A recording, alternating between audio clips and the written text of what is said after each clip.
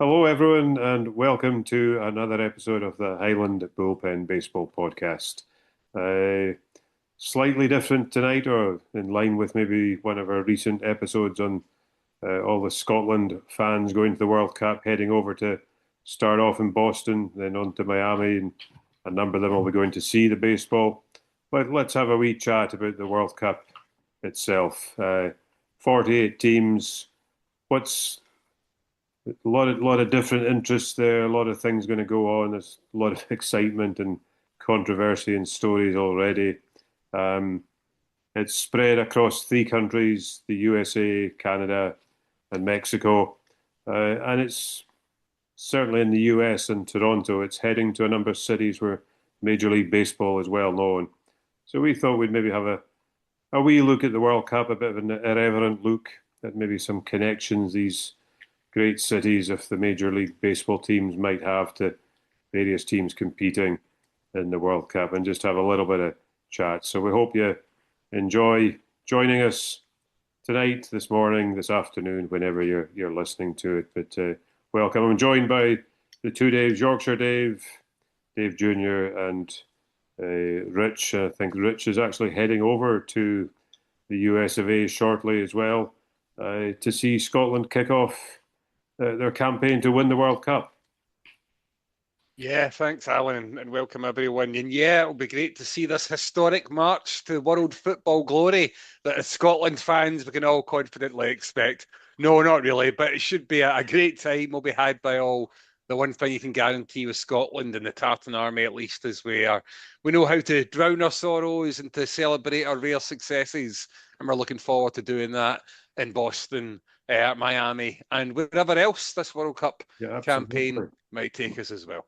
This will be a first where we maybe get past the group stages, and I think, is it 32 of 48 teams go through to the next round, so it's going to give us a good chance. Dave Jr.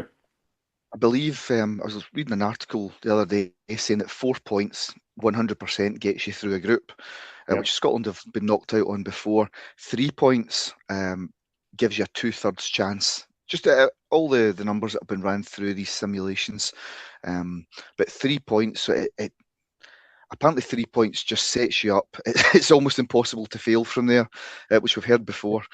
But given that Scotland should start off against a team, Haiti have had some good results over the last few weeks. They're no mugs, but neither are Scotland. And that's the thing that I think people need to bear in mind. We've got some really good players. We're not that little minnow anymore. I mean, we shouldn't threaten anyone big in the tournament, but we should provide a good competitive match against whoever we come up against.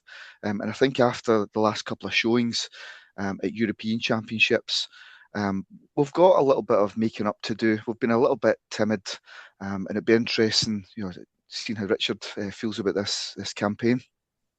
Yeah, I was just thinking there, Dave Jr., do you not think at this moment in time, somewhere in Port-au-Prince, there are 4 Haitian fans saying to themselves, Scotland are no mugs, they've had some good results recently? They may well be. They're probably, as they do their baseball podcast in Port-au-Prince, they're probably gutted that Scotland has had infinitely more Major League Baseball players than they have had in Haiti, which is my odd statistic, that they've never had an MLB player. So I don't know if any of our Haitian listeners can explain that to us, because you'd have thought that part of the world seems to be fairly well blessed with ball players. Yeah, they've not been best blessed with ball players, Alan, but they have been very much blessed with balls over the years, because for years, Haiti was the biggest manufacturer of baseballs in the world. That was where the vast majority of baseballs throughout the kind of late 60s, early 70s, and 80s, Wilson, Spalding, Rawlings, all the big manufacturers of baseballs, that was where they were all based. And absolutely, Alan, that's what makes it more incredible. Yeah. The fact that they've never had an MLB. In fact, they might have taken some home from the factory and thought, I wonder what we could do with these things. Maybe smack it around with a bat or a club or a branch or something, especially when their neighbours in the old Hispaniola and the Dominican Republic are very much a baseball powerhouse as well. Yeah. Curacaw's sort of same sort of Caribbean type area, is that right as well? They're well blessed with Major League Baseball players these days as well. We've got one in our outfield. Sedan is one of the top centre fielders in the game. So and they got I get mixed up a little bit because I saw in the list that was sent around that Aruba. There's another island that is connected with the Netherlands, but they haven't qualified, have they? That had Xander Bogaerts in Red Sox band. So yeah, Curaçao, are they connected with the Netherlands as well? They are, Yeah. because we may have mentioned their manager from time to time on this Oh, podcast. surely not. Delighted after a family difficulty that he's back managing the nation, and made a wee appearance at Hampden the other week with old Dick Advocat. I wasn't sure if you meant Ted Williams. Ted, not sure Ted's World Cup connections here, but the other there was another Curacao native played for the Red Sox last year, and now plays for the Detroit Tigers. Kenley Jansen. Oh yeah, the closer. Yeah. Excellent. But yeah, the Dominican Republic. When you go through the list of international players there, they've got a fair few from MLB history as well. So Morocco and Brazil. What about the Brazilians? I mean, Brazil is the iconic football nation. Pele, the greats, men of our age grew up seeing Brazil winning all the time. What Major League Baseball team do you think resembles Brazil? Maybe not quite winning so much these days, but it's the name everybody knows and the name everybody looks to. Yeah, the Brazil is the beautiful game, isn't it? I mean, they do win a lot as well, but I don't know which baseball team would you say plays the most beautiful brand of baseball. I'm not sure I've got an answer to that. I'm just throwing it out there. Successful and also loved for their style of play. I mean, that's a cracking question. Have we ever? I'm not sure I've come across. I mean, we have that in Scottish football as well. Some teams are noted for their style of play, even if they don't do that. I'm not sure I've read much about Major League Baseball teams being associated with a certain style. Dave? I've always felt that when it comes to these things, people get a little bit snobby and they think that teams that don't win are automatically a good footballing team. So I think if you took that to baseball terms, you might link that to the likes of the Blue Jays, sorry Richard, the Mariners, the Orioles, maybe the guys that just sit underneath the top tier, Yankees, Red Sox, Dodgers, all those sort of top tier teams, Cubs maybe as well. I think that people look at good footballing teams or good baseballing teams as the guys that are everyone's second favourite team. It's just a personal opinion. No, it's a fair shout. It's a fair shout, and Morocco make up the group as well. Morocco, I can't actually remember if they won the African Nations Cup or not. There was so much controversy going on. And did I see in the FIFA rankings, incredibly, that Scotland find themselves in a group with Brazil as sixth and Morocco ranked seventh? Yeah. Have I got that right? Because that's a pretty tough group. I know. So it's almost like a must-win game, isn't it? The first game, you've got to beat Haiti. You really, that would set you up. And then the second game is It is against Morocco, isn't it? And then finally against Yeah. Brazil. I mean, to me, Scotland, Brazil, I don't know, that is the ultimate fixture for me. I love it. I remember watching the very first one, 1974. There was a Yes. few Leeds United players in there. The wee man, Billy Bremner, nearly scored at the far post. I can still see his anguish as he just fell, and it was a 0-0 draw, wasn't it? So. Yeah, I always look out for that for that fixture. So 4 times. This will be the fifth time I think you played each other in the World Cup.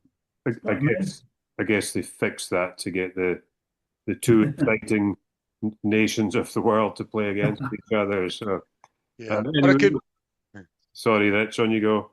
No, I say it could be that, Alan, or it could be the kind of the balance of opposites. Maybe Brazil's beautiful game coming up against some of Scotland's finest over the years. But yeah, I can't want to.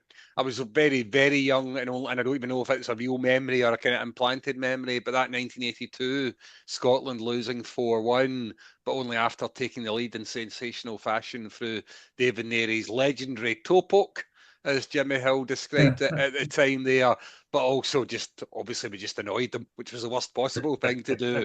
And Alan Rough looking increasingly befuddled as various goals flew by him and over him for the rest of that game there. But I actually think that looks like it must have been a great World Cup to go to. Spain, the summer, accessible certainly for us on this side of the pond, an accessible World Cup, a proper, again, Yeah. with no disrespect to any others, a proper football nation and stuff like that as well. I I think do get the feeling that would have been a good one. the next World Cup is it not Spain, Portugal, and Morocco? Some sort of combination of that. Is it the first cross? Well, maybe this is a cross-continent World Cup as well. I struggle to keep up with my geopolitics these days. But jumping back to Haiti, we obviously spent a bit of time in Chicago a couple of years ago. The White Sox Tigers series. You had a wee connection there as well, Dave Junior. Yeah, if memory serves, Bronzeville was a very black area of Chicago, and I think it's where the Chicago councillors kind of moved the Haitian migrants who came over, Right. and it's definitely Bronzeville was a very, very black neighbourhood, as you guys will remember. But I'm pretty sure it was, there was that link to Haiti over time in Bronzeville itself. What do you think about obviously you're a White Sox man. Where would who would you put them in line with in the World Cup there? Who do you think is representing them in the World Cup? Ignoring the obvious that all these teams, apart from the Blue Jays, are American. Yeah, do you know, I put it into ChatGPT earlier and they spat out Germany, which I think is a little bit lofty if you're asking me. Again, the White Sox, although we're having a good season, I think would be a sort of lower team, maybe even a kind of Scotland type tier. Ghana, somebody that's not really up there, somebody that's not even dark horses, but just that level below. Not really expected too much of, but again, you'd expect a good fight off them. Yeah, and the Cubs. What do you think of the Cubs? Don't care. Yeah, good. Don't care, mate. How about the Tigers? Yeah. The Tigers, I suppose. Well, Detroit is, of course, French. Detroit, I guess, at some point. Wunderbar. Yeah. Oh, yeah. We are multilingual here. So obviously, yeah, a lot of French immigrants ended up in the northern American states, whether that was before there were states or not. But yeah, Detroit. So a couple of maybe French connections here in the World Cup. MLB, Detroit, and the St. Louis Cardinals. St. Louis, I believe, is named after one of the King Louis of France as well, which makes sense with their element of colonization or whatever we would call it. So yeah, and also staying on the East Coast, Boston Red Sox. They have New England. Is that relevant? It is, although I thought, that's basically where I don't know, I think Scotland are actually based there, are they? But they're playing two games there. So yeah, I don't know. I think Boston, it's a city we've visited many times over the last 30 years, and I think that would be more conducive to if Ireland got there. I can just Yep. imagine the scenes there if Ireland played. So yeah, I don't know. It's the revolution, isn't it? Started there. I think it was the first trip we ever went on that we went on board and we reenacted the Boston Tea Party, and I actually threw over a box of tea into the harbour. So they are. Well, I'm sure there'll be plenty of the Scots will be doing that as well, and that's always that's part of as you say, the revolution. Dave, Just wondering, Dave, when you're talking about England there, it's a hell of a group. I think Scottish fans have maybe moaned over the years that England get easy groups, but Croatia are they've always been a really steady force. Ghana, the Black Stars, Yeah. I always find that they're a tough team.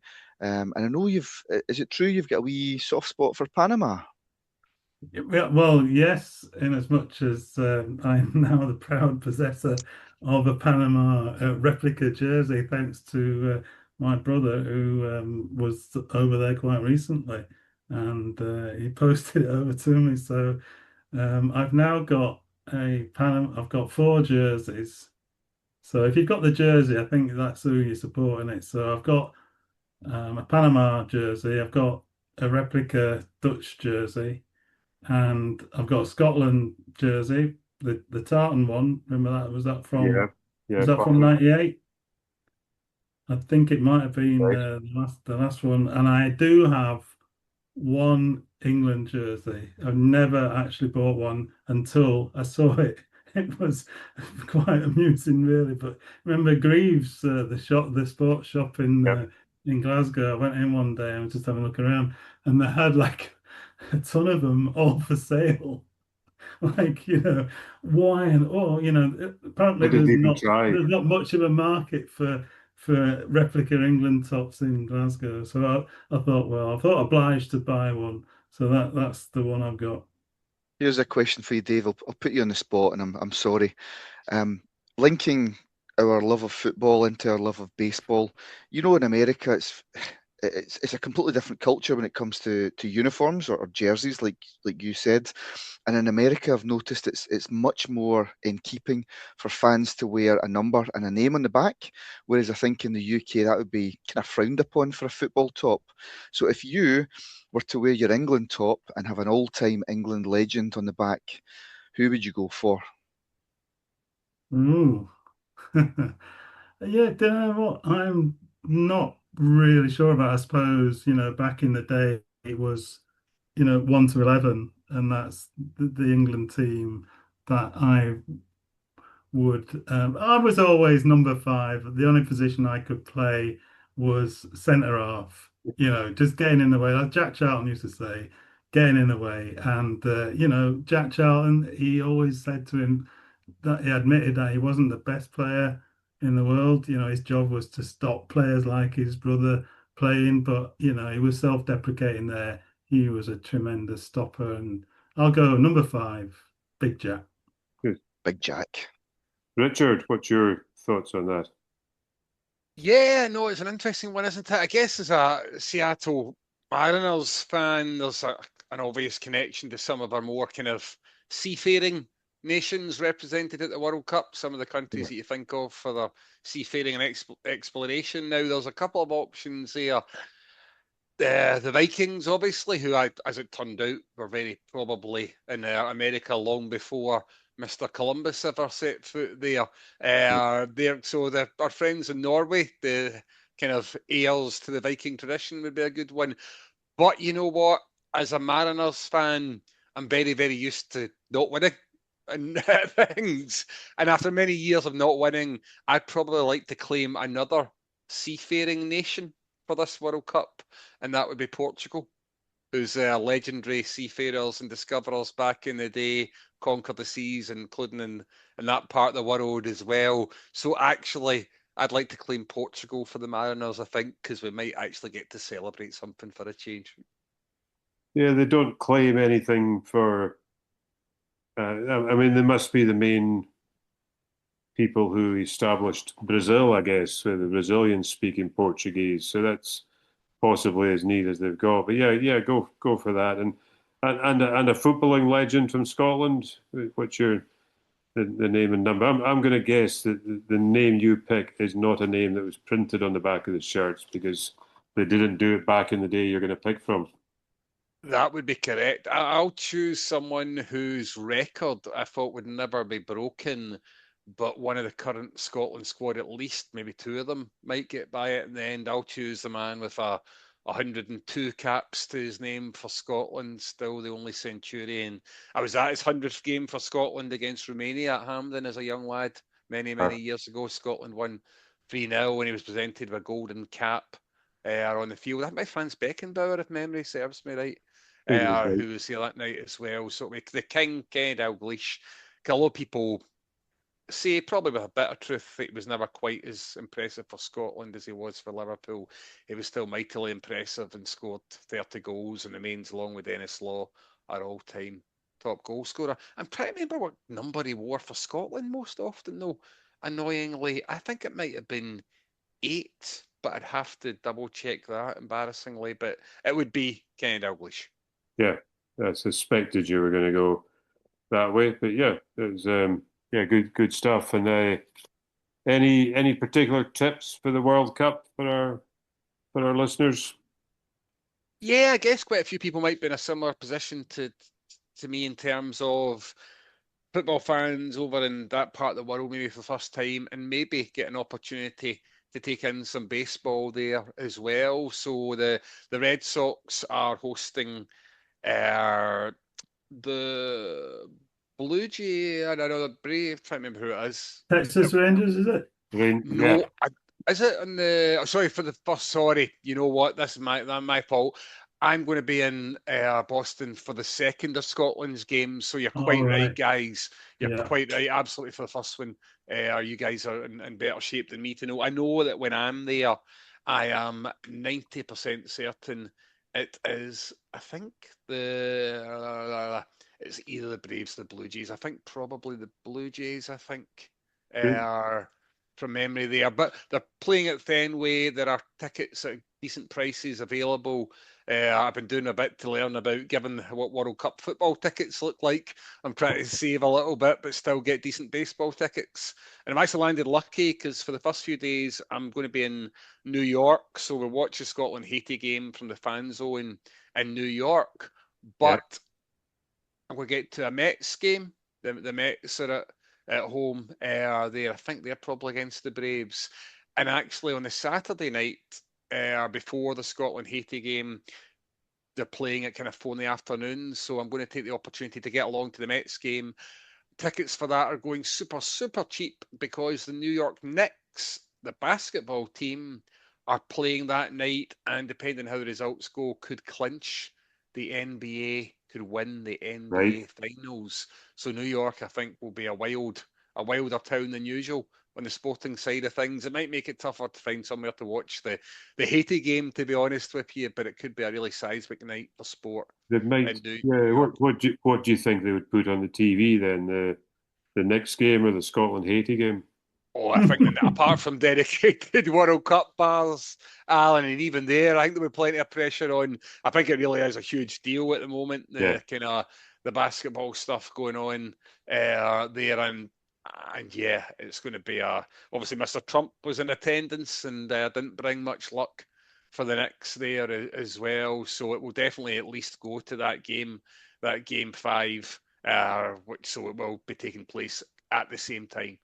It's a great Italian heritage in New York as well. In fact, heritage of many cities. But of course, sadly, the third World Cup in a row, Italy, one of the greats, one of the few countries to have won the trophy, not represented, which is the Azzurri blue will not be seen.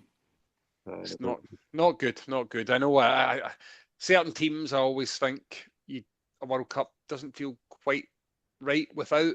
And I would definitely have Italy in that number as well. And as you say, Alan, the fact that there's 48 teams at this time, and Italy can't even make it, I think there'll be lots of hard questions being asked from the length and breadth for the country, to be honest with you. Of quick quiz question, which I think you'll get, but we've mentioned the 74 and 78 World Cup earlier. How many teams were in those World Cups? 24, I'll go for 16. 16. 16. Yeah. Scotland were in both of them. Wow. So it's quite amazing that when you think what we've subsequently missed out on as well. But I was trying to think of Scottish connections with the various Major League Baseball teams, and yeah, through time there's been a handful of players who played. Best I could come up with is the Pittsburgh Pirates, simply because it's Pittsburgh, as in Edinburgh, the spelling, which is quite unusual. Most American cities will be Barra, B-O-R-O, as in the abbreviated version of Middlesbrough. But yeah, I don't know if you had any thoughts on any of the other teams, Dave. There is a wee bit of a link there, Alan, with that same team and Scotland, Right. and a little touch of Ireland. So there's a big phrase over in Pittsburgh, YINZ, so Y-I-N-Z, and it's what they call their local sports fans. Right. So you'll maybe see it emblazoned across tops, across their glasses, Y-I-N-Z, and it's to do with, if you think about Scottish or perhaps Irish vernacular, these yins.